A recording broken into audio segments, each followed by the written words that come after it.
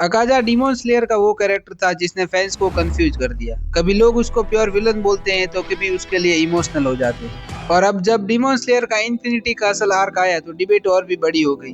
कई फैंस बोल रहे हैं कि अकाजा विलन नहीं बल्कि एक दुख भरा हीरो था जो सिर्फ हालातों का शिकार बना।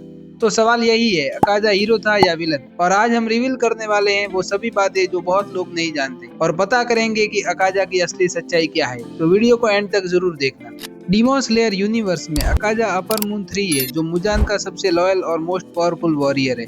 पर शॉकिंग बात यह है कि अकाजा की शुरुआत एक डीमन की तरह नहीं हुई थी। एक टाइम था जब वो भी एक नॉर्मल इंसान था। उसका नाम था हाकुजी। हाकुजी का बचपन नॉर्मल नहीं था बल्कि बहुत ही दर्द भरा था। उसके पिता बीमार थे और इलाज के लिए पैसे नहीं थे, इसलिए हाकुजी अपने पिता की दवाइयों के लिए चोरी करता था। और सोसाइटी ने उसको चोर बोला और उसको क्रिमिनल की तरह ट्रीट किया, और ये बात उसके पिता बर्दाश्त नहीं कर पाए। वो गिल्ट में डूब गए और एक दिन सुसाइड कर दिया। वो हाकुजी के लिए एक छोटा सा नोट छोड़ के गए जिसमें लिखा था कि कभी गलत रास्ता मत चुनना। वही नोट, वही सेंटेंस हाकुजी के दिल में दाग की तरह चिपक गया, और उसी दिन एक बच्चा अपना सब कुछ हार गया। कुछ साल बाद हाकुजी की जिंदगी में एक उम्मीद आई, काइजू, एक मार्शल आर्ट मास्टर। उसने हाकुजी को सिर्फ लड़ाई नहीं, डिसिप्लिन, कंट्रोल और सच्ची जिंदगी जीना सिखाया। और इतना ही नहीं, वहाँ पर हाकुजी की मुलाकात मास्टर की बेटी कोयुकी से हुई। कोयुकी जैसी सिंपल, स्वीट और साफ दिल वाली लड़की से हाकुजी को प्यार हो गया, और उसने फिर से जिंदगी जीने का एक रीजन पा लिया। एक छोटी सी खुशी, एक स्मॉल ड्रीम, बस कोयुकी के साथ एक सिंपल लाइफ जीना। हाकुजी ने यही कसम खाई कि वो कभी गलत रास्ता नहीं चुनेगा।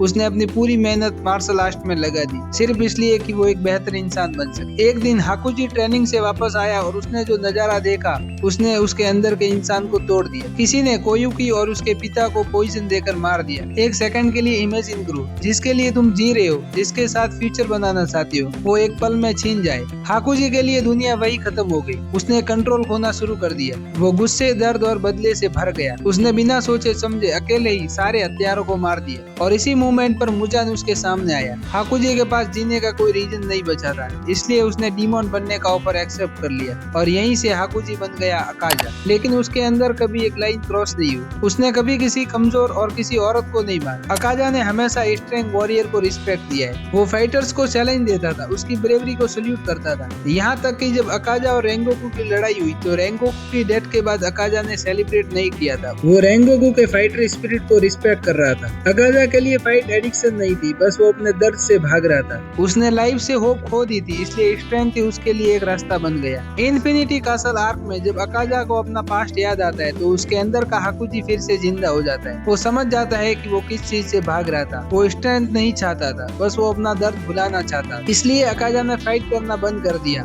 उसने खुद को खत्म कर दिया। अकाजा को किसी ने नहीं मारा, उसने खुद ने अपनी जान ली, क्योंकि डीप डाउन वो कभी इविल नहीं था, वो सिर्फ टूट चुका था। तो क्या अकाजा एक विलन था जो बिना सोचे समझे सबको मार रहा था, या एक ऐसा इंसान था जिसको हालात ने डीमन बना दिया? क्या वो क्रिमिनल था या एक ब्रोकन हीरो था जिसे दुनिया ने गलत समझ लिया? मेरा मानना है कि अकाजा विलन नहीं था, वो हालात का शिकार हुआ था और एक ब्रोकन हीरो था। लेकिन फाइनल डिसीजन आपके हाथ में। अकाजा की स्टोरी सुन के आपको क्या लगता है? क्या वो एक हीरो था या एक विलन था? कमेंट करके बताइए। अगर आपको वीडियो पसंद आया तो वीडियो को लाइक करें और चैनल को सब्सक्राइब करें ताकि न्यू वीडियो का नोटिफिकेशन आपको मिलता रहे। मिलते हैं नेक्स्ट वीडियो में।